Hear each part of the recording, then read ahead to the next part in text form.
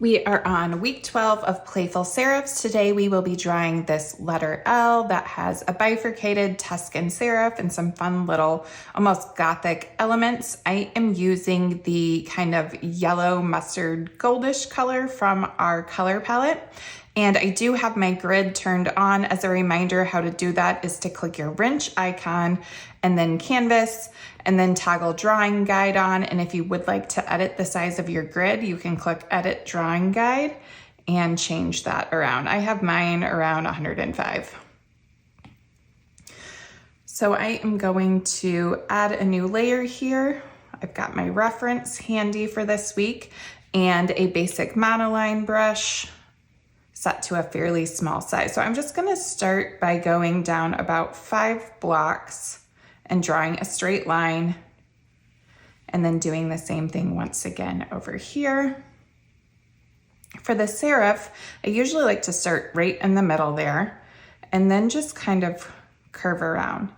You can let it make the shape if you want to.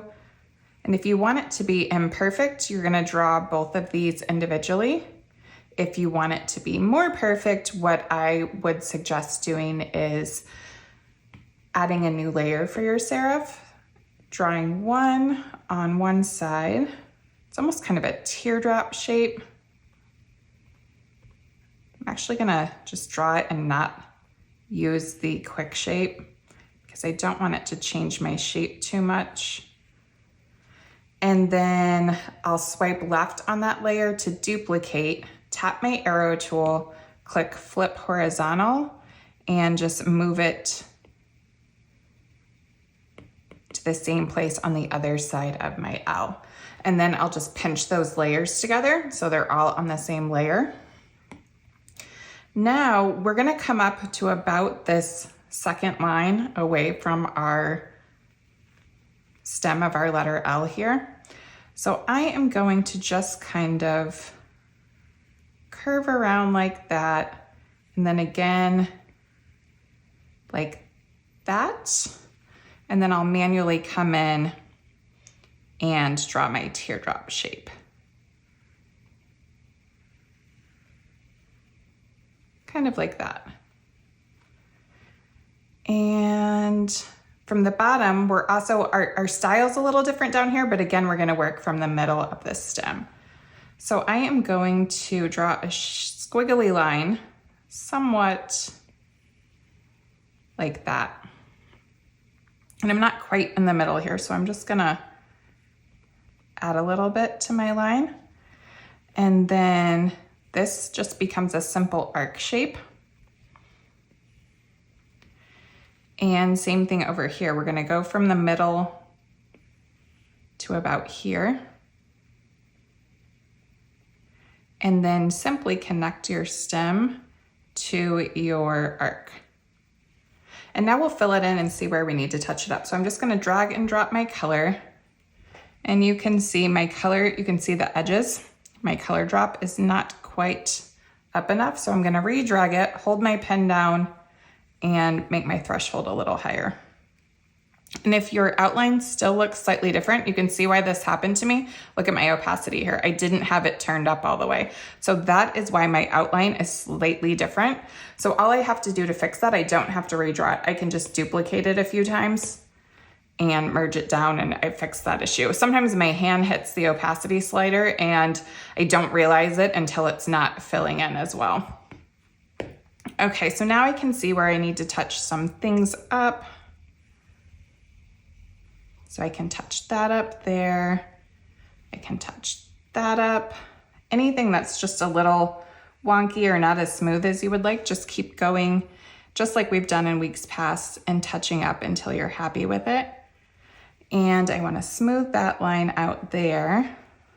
And I want this to be just, whoop, that's a really big eraser. All right, I'm gonna grab a smaller brush for my eraser. And I want that to be a little more defined as well. And I'm not really loving how these turned out. So what I'm gonna do is completely redraw them. So I'm just going to use the selection tool right here. It looks like a little ribbon and it's on freehand. And I'm just going to kind of select those like that and pull them out. Not very happy with how those turned out. Sometimes you can't tell till you fill it in, and that's okay. All right, so I want this to be a little more delicate looking.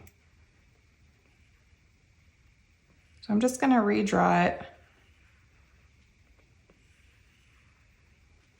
and fill one side in. And that looks a little better. There's a little more definition down here and a little more arc up top. So I'm just gonna manually do both sides this time. Oh, I think I'll start from this way. But again, you could do what we did earlier if you want them to be exactly the same. Yeah, that looks a little too wonky to me. So the other way you can make them exactly the same, instead of if you forgot to do a new layer and you just want to duplicate it, go again to your selection tool and kind of draw around it. Swipe down with 3 fingers, click copy. You can click add and click paste. And now we have another one. So we're just use our arrow tool, click flip horizontal, and you can just slide it into place. If you need to zoom in to see exactly where it is, you can do that. And that's on its own layer now. So I'll just merge that down and again, come in and clean up any lines that need it. Oops, I'm on my eraser tool. Okay, so that looks better to me there. So again, sometimes it may take you a few tries. Maybe I want to round these out a little bit more. If I compare it to my original here, now it's going to get blurry because I've zoomed it up so much, but you can see those definitely look a little more rounded, and I do think I like how that looks better. So I would probably come back to this one and just round it out a bit more. And again, every time you draw it, it's gonna look slightly different. So you may not, if you didn't have an original that you had to compare to, you might not even realize this, but since I do, I can notice it. And then it looks too big to me. So again, I would probably redraw it again. So I would reduce the opacity of my layer and use this as my template, but draw it one more time and make those smaller, but more rounded. And then what's nice about when you get to this point, maybe I just want to duplicate that and slide it over. You're just really tracing your own work. So sometimes you're making multiple copies of what you're doing as you refine each letter until you get to a place that you're happy with it. It's rare that I get a letter exactly like I want it in one shot. So I know that's easy to forget when you're looking at someone else's work online, especially in the sped up videos and thinking about how fast they did it, but people don't usually show how many drafts went into that work, how many times it was redone, how many times it was sketched on paper before they even moved to their iPad, all of that kind of thing. So redraw it as many times as you feel like you need to get to a place where you're really happy with how it looks.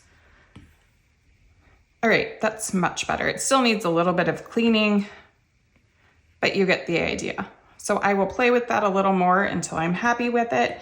And then I will take my final letter, click copy, come to my template piece, click paste. I'll need to shrink that down a little. So I'm on the arrow tool on uniform, and I'm just gonna shrink it into place and maybe angle it a bit.